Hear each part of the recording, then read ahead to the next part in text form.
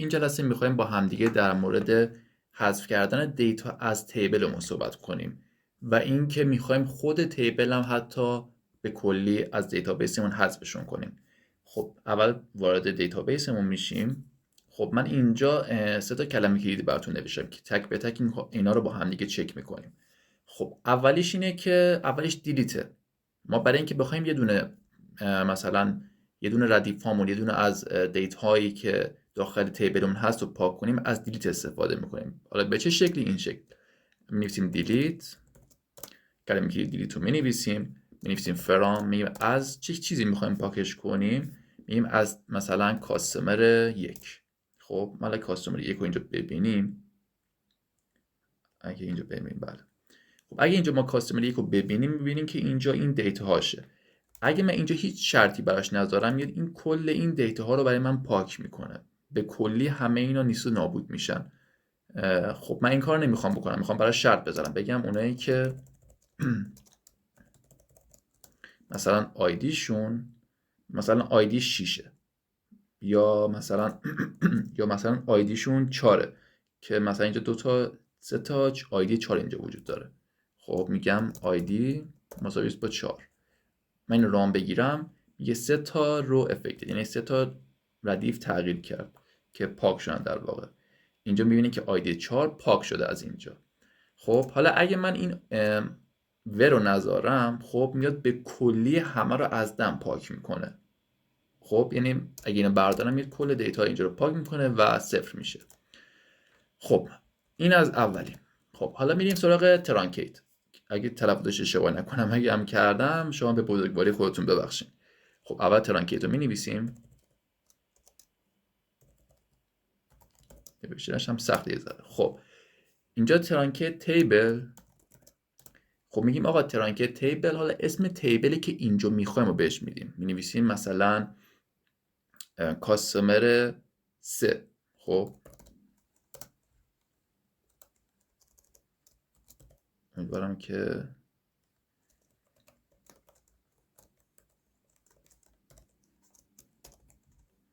خب الان من اگه اینو اجرا بگیرم، خب میبینی که اجرا شد. خب میم اینجا و میبینیم که کل دیتامون خالی شد. پس برای اگه ما ترانکیت رو می‌نویسیم، دیگه نمیتونیم برای شرط بذاریم بگیم برو اینو پاک کن، اونو پاک کن، با این شرط پاک کن. اینجا ما میتونیم کل این، یعنی ترانکیت برای اینه که کل دیتای اون تیبل رو پاک بکنه از دم، خب بدون هیچ شرطی. دیلیت هم همین جوری ها. دیلیت هم به همین صورته که اگه ما هیچ شرطی براش نداریم، میره کل دیتا رو پاک میکنه. خب ولی این دوتا با هم دیگه یک فرقی دارن. فرقشون چیه؟ فرقش اینه که زمانی که ما از دیلیت استفاده میکنیم و کل دیتامون پاک میشه، زمانی که یک آیدی جدید بهش اضافه میکنیم، خب این میادش از مثلا آیدی آخرمون 10 بوده و میاد این کل دیتا رو پاک میکنه. حالا ما یک رو جدید دیگه، یه دونه دیتای جدید دیگه میخوایم به کاستمر 1 مثلا اضافه بکنیم. میاد چه اتفاقی براش میفته؟ میاد اینو آیدیشو خودش اوتو جنریت بود دیگه. کاستمر 3 آیدیش اوتو جنریت بود و پرایمری کی میاد خودش میکنه 11. یعنی میگه آقا این دیتای من آیدیش 11. در صورتی که اگه دیلیت رو انجام بدیم، دیگه این اتفاق نمیفته. خب ببخشید، اگه ترانکیت رو انجام بدیم، دیگه این اتفاق نمیفته و میره کلا رفرش میشه. یعنی کل این کاستمر من، این تیبل من رفرش میشه. یعنی دیگه حتی اوتو جنریتش هم دوباره از صفر شروع میکنه. برای مثال اینجا رو ببینید. من اینو کامنت کرده بودم. من اینو ران میکنم. خب چی؟ values. خب اینو ران میکنم. الان میام اینجا تو کاستمر 3. ببینید آیدی از 1 شروع شد. خب حالا من اینو میکنم مثلا علی. دوباره ران میکردم و اینو میکنم مثلا سارا.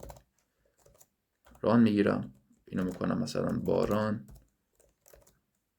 ران میگیرم دیگه. خب حالا اسمای دیگه ولش کن. ما حالا این رو ران بگیریم. میبینیم 4 تا اسم اینجا هست. اوکی.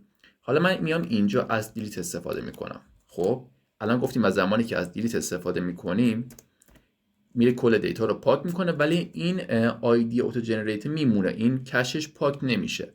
خب الان من اینو اجرا میکنم و میام اینجا میبینیم که کلا دیتا پاک شد. الان من یه دونه ستون جدید دیگه میخوام همین رو اضافه بکنم، یک ردیف به کاستومر 3 اضافه کنم. الان دوباره برمیگردم تو کاستومر 3، ببینیم که آیدی 5 شد، یعنی کش اون دیتایی که ما پاک کردیم پاک نشد، کش اون اوتو جنریتورمون پاک نشده و بنیاد اولیه خود تیبلمون پاک نشده، داخل خودش نگهداری کرده ازش.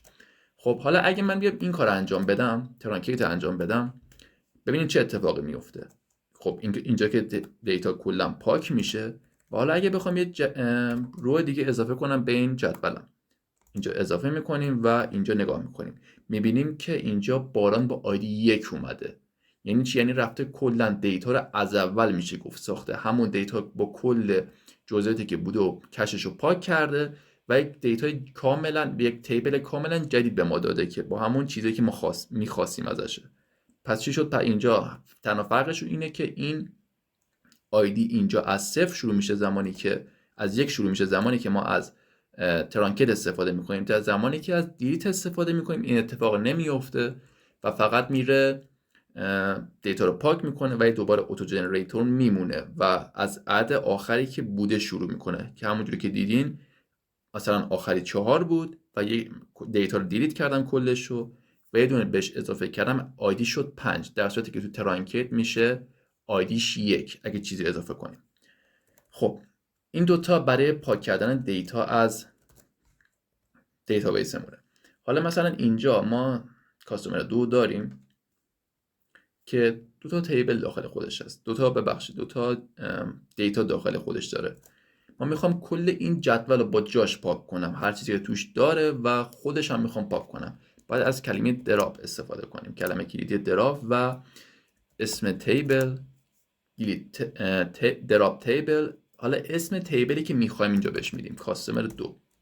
حالا من این رو میگیرم، الان اینجا تیبل ما پاک شد به صورت کاملا جامع. یعنی رفرش کردم میبینیم که کلا دیتا کاستومر 2 پاک شد، یعنی هر چقدر دیتا هم داخلش بود اصلا اهمیت نداشت، همه اون رو پاک کرد، خود تیبل هم پاک کرد.